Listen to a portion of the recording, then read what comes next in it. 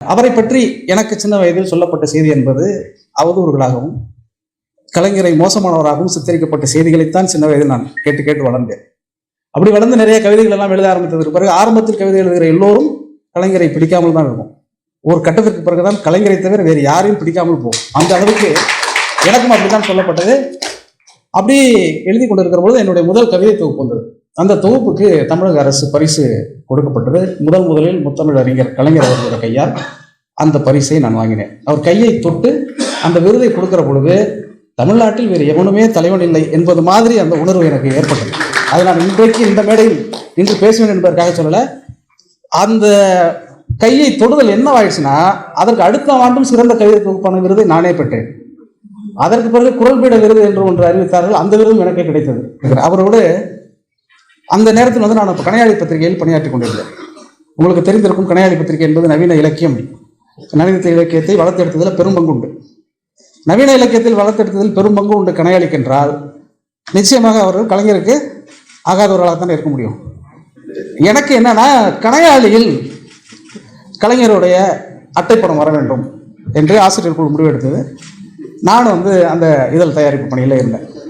சொன்னாங்க, இந்த இதழ் தயாரித்ததோடு நிச்சயமாக உன்னை வேலையை விட்டு நிறுத்தி விடுவார்கள் அல்லது கணையாளிலேயே நிறுத்தி விடுவார்கள் அப்படிங்கிற ஒரு கட்டத்தில் நான் அந்த இதழ் பணியை தயாரித்து கொண்டிருக்கேன். அப்போது அந்த ஆசிரியர் பொறுப்பில் இருந்து நிறைய ஆலோசகர்கள் நிறைய பேர் இருந்தாங்க. அதில் தமிழரசுத்துறை இயக்குநராக இருந்த மா ராஜேந்திரன் அவர்கள் அதில் பொறுப்பில் இருந்தார். அவர் உடனே சொன்னார், என்ன பண்ண போகிறீங்க அப்படின்னு கேட்டார்.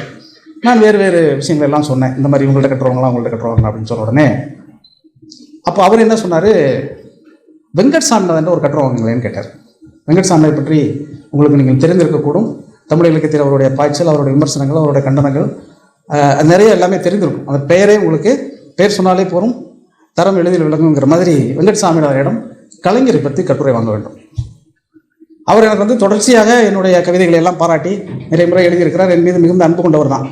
ஆனால் கலைஞர் மீது அவருக்கு ஏதோ ஒரு சின்ன கசப்புணர்வு உண்டு. அவருடைய எழுத்துக்கள் மீது இருப்பதை தாண்டி அவருடைய அரசியல் மீது அவருக்கு ஒரு சின்ன கசப்புணர்வு உண்டு.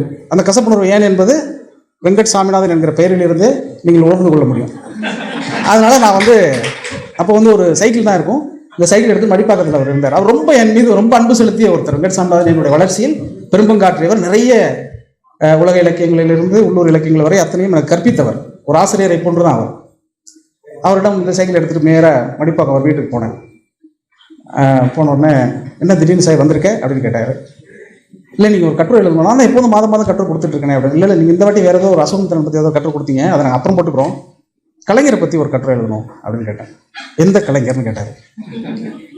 அவர் எந்த கலைஞர்னா அவருக்கு தெரியுது நான் எந்த கேட்குறேன்னு. ஆனால் நான் சொல்லணும்னு அவர் நினைக்கிறார். நான் கருணாநிதியை பற்றி கட்டுரை வேணும்னு கேட்பேன்னு அவர் நினைச்சார். நான் கலைஞரை பற்றி கட்டுரை வேணும்னு சொன்ன உடனே, கருணாநிதியை உனக்கு பிடிக்குமான்னு கேட்டார். எனக்கு பிடிக்குமா பிடிக்காதாங்கிறதெல்லாம் பிரச்சனை கிடையாது, உங்களுக்கு பிடிக்குமா பிடிக்காதான்னு தெரிஞ்சுக்கிறதுக்காக தான் இந்த கட்டுரை அப்படின்னு சொன்னார். இல்லைப்பா, அடிக்க ஆளெல்லாம் அனுப்பிச்சிருவாங்கப்பா, நான் எழுதுனா சிக்கலாயிடும் அப்படின்னு அவர் சொன்னார். அதற்கு முன்பு சில ஆண்டுகளுக்கு முன்பாக அவர் ஒரு கட்டுரை எழுத போய் முரசொலியில் கடுமையான கண்டனத்தோடு முத்தமிழ் அறிஞர் அவர்களே ஒரு கட்டுரை எழுதியிருக்கிறார். அவர் சொன்னால் அந்த கட்டுரை வரிகள் எல்லாம் சொல்லி இப்படியெல்லாம் எழுதியிருக்கிறார், அதனால் நான் எழுதலப்பா, அது ரொம்ப பிரச்சனையாயிடும் அப்படின்ட்டார். ரெண்டு விஷயம் நடக்க போகுது. ஒன்று, உங்கள் வீட்டு கல் விழும், இல்லை கணையால் நிற்கும், இல்லை நான் வேலையை விட்டு நிற்க போகிறேன். ஏதோ ஒன்று தான் நடக்க போகுது, நீங்கள் எழுதுங்க அப்படின்னு. நான் படித்து ரொம்ப நாள் ஆச்சுப்பா, புத்தகங்கள்லாம் படிக்கவே இல்லை அப்படின்னு சொன்னார்.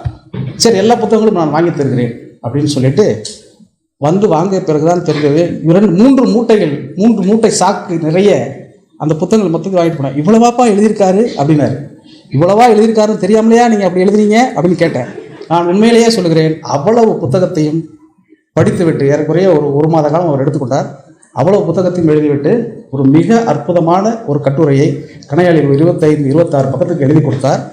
அதை படித்துவிட்டு முத்தமிழறிஞர் கலைஞர் மகிழ்ந்து போனார் என்பது ரொம்ப முக்கியமான செய்தி. எந்த கசப்புணர்வோடு வெங்கட் சாமிநாதனை அவர் எழுதினாரோ அதே முரசொலியில் வெங்கட் சாமிநாதனை பாராட்டி, பாருங்கள் வெங்கட் சாமிநாதன் கூட நம்முடைய எழுத்துக்களை வியந்திருக்கிறார்னு அவர் எழுதினார். இது ரொம்ப அந்த கட்டுரையை நீங்கள் படிச்சிங்கன்னா தெரியும், அதில் நிறைய நுட்பமாக இருக்கிறது. அதுக்குள்ளே நிறைய போகிறதுக்கான டைம் இல்லை. ஆனால் அந்த கட்டுரையை அவர் எழுதுகிற பொழுது கடைசியில் முடிக்கும்போது முடிச்சிருப்பார், தனி ஒரு மனிதனாக இவ்வளவு பக்கங்களை அவர் நன்றாக எழுதியிருக்கிறார், மோசமாக எழுதியிருக்கிறார், தேவைக்காக எழுதியிருக்கிறார், அரசியலுக்காக எழுதியிருக்கிறார். எல்லாத்தையும் தாண்டி தனி ஒரு மனிதன் இத்தனை ஆயிரம் எழுத்துக்களை, இத்தனை லட்சம் எழுத்துக்களை, இத்தனை கோடி எழுத்துக்களை எழுதுவது என்பது சாத்தியமே இல்லை அப்படின்னு அந்த கட்டுரையை அவர் முடிச்சிருந்தார்.